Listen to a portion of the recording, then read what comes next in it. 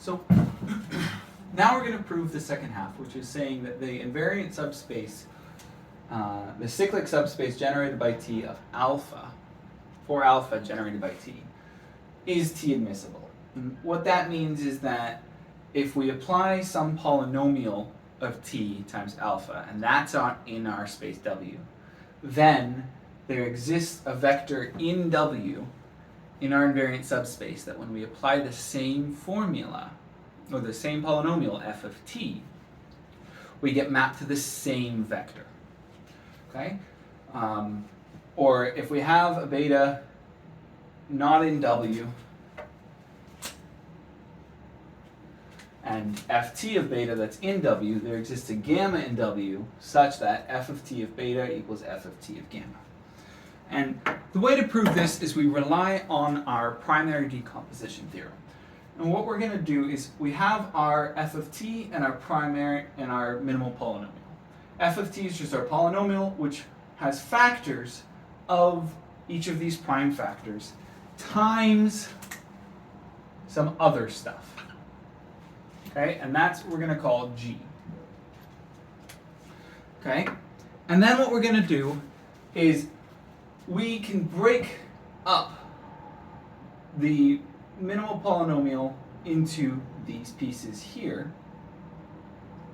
And g is not any of the prime factors in our minimal polynomial. Now we isolate this x to the r and x to the k because that's where we're going to highlight how we do this proof. And then for all the other prime factors, we just apply the same idea. And what we're going to do is, by the primary decomposition theorem, we can break it up into, we're going to say w prime naught through w prime, and then w prime 1, w prime 2, all the way up to w prime k. So w prime I is p, has p of I x, or its minimal polynomial will be pi to the ki, or the power, the prime factor to its power of the minimal polynomial. And each of these will have their own basis. Alpha, t alpha, up to tk minus 1 alpha, using an argument we just did before. And now what we're going to do is we're going to split beta up into a bunch of different alphas. Where w naught, or a bunch of different gammas, where gamma naught is in w naught, all the way up to gamma n is in wn, where the t annihilators of these spaces are equal to x to the k, p1 to the k, p2 to the k, etc., etc., etc. And what we can do is we can split f of t of beta into f of t of gamma plus f of t to gamma prime plus, or gamma 0, gamma 1, so on and so forth. And those are going to be in these invariant subspaces here.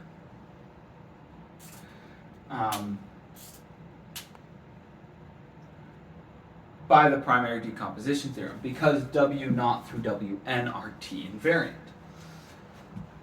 So now what we can do is we can look at the t annihilator of x to the k minus r. Now the t annihilator of x to the k minus r is k, x to the k minus r, or of f of t of gamma, is x to the k minus r, where r is the multiplicity of the factor x minus 0. Now because that's the t annihilator, that means that it is in the span of f1, f naught,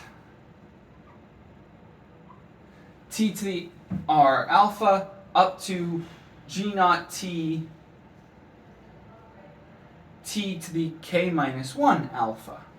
And here, g naught equals g times p1 to the k1 up to pn to the kn. So all the other prime polynomials times g, or the rest of this piece here. That's not going to map any of these to 0 or any of them to each other, so they stay linearly independent.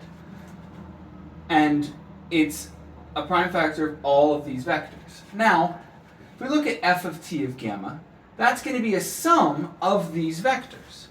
Well, we can factor out g1t, t to the r, out of each of these entries, because they all have power at least r of the t, and they all have g naught. Well, that means we get a sum that is in w naught prime. And that sum, or that vector, multiplied by f of t, is what f of t of gamma is. Now, for all, so that means that f of t of gamma equals f of t of gamma prime, or gamma bar is in w naught. And using a similar argument, we can make the same conclusion about all the other gamma i's. So for all gamma i's, there exists a gamma I bar such that f of t of gamma I equals f of t of gamma I bar. So if we let gamma hat equal gamma bar 0 plus the sum from 1 to n,